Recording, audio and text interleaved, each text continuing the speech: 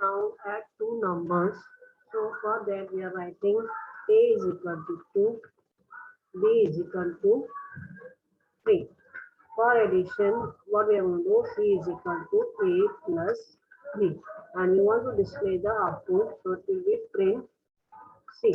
Now let us compile the program. So what are you getting? We are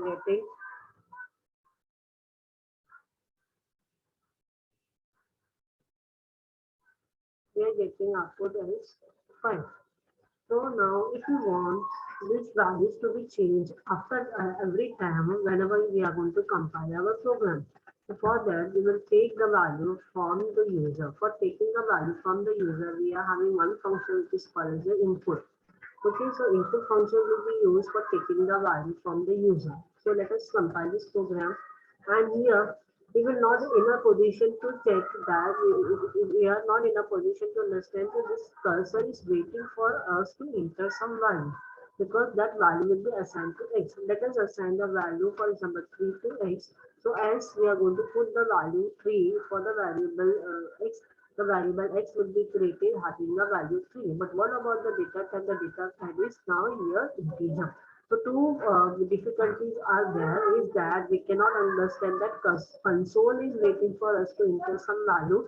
And second thing, whatever value integer we are entering, that is actually is a string value. So what we do, the first case is how we will come to know okay, that we have to enter something from the console. So for that we can write eco-friendly program by putting some message on the console and enter, for example, enter first number. So that first case, first problem will be going to be solved after compiling the program here. It will help us that this is the time for us to type some value. For example, now I'm entering the value 6. So the value 6 will be assigned to variable x. The first problem is solved. But the second problem is that this variable is now of data type string. So what I can do, I have to convert that data type into integer. For converting any value into integer, the function that we are going to use is int. Int is having int itself is a function, so it is going to have opening and closing braces. So where we are going to put, we are going to convert input which we are taken from the console is in a string format that has to be converted into int. So int which is a function which is going to accept input function as an input as a parameter, and that will be accepted. So now we are going to compile and check what here we are going to get the print statement because of this printf print statement that enter the first number. So suppose I'm entering the first number, that is 9. So now 9 will be assigned to the variable x whose data type is integer.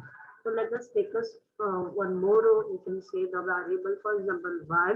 Why we want the value to be inputted or inserted from the keyboard. That's why we are having input function, but that could be converted that whatever we are going to type from the keyboard to the program, that will be considered as a string. So that string has to be converted into integer function. So that's why we are having input function, integer function, and to this integer function in function we are supplying input function as a parameter. Now, for making the program more user-friendly, we have to type print statement that enter the second number. So, enter second number. So, we will compile the program and we check, enter the first number. For example, first number is 4, enter the second number is 6. Now, we want to display the message. We want to display the sum. For example, z is equal to x plus y. Now, this is the time to print the output that is having the value in z. So this will be print value of z. So the value z which is having the summation of x plus y will be printed, and now check out the output.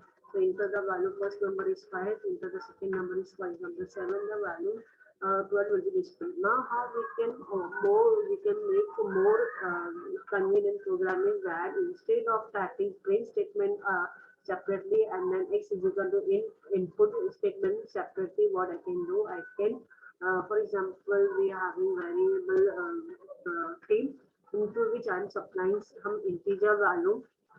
to input and putting the value. So to this input function, I can write the text which I want to display for so that the user can enter the value. So, for example, I can write enter third number. Okay, enter third number, and for example, what I can do, I can print that third number which is present in the element P. So for that we are having printing. Let us combine the program. So enter the first number, that is 7, enter the second number, that is 8, and enter the third number, we are getting again this message. Instead of printing instead of tapping the print function and we print within the quotation enter the third number, instead of that, within the input function we can pass as a string that will be displayed. So here I can enter the third number and the third number will be displayed. So this is how we can add two numbers and those numbers will be supplied by the user.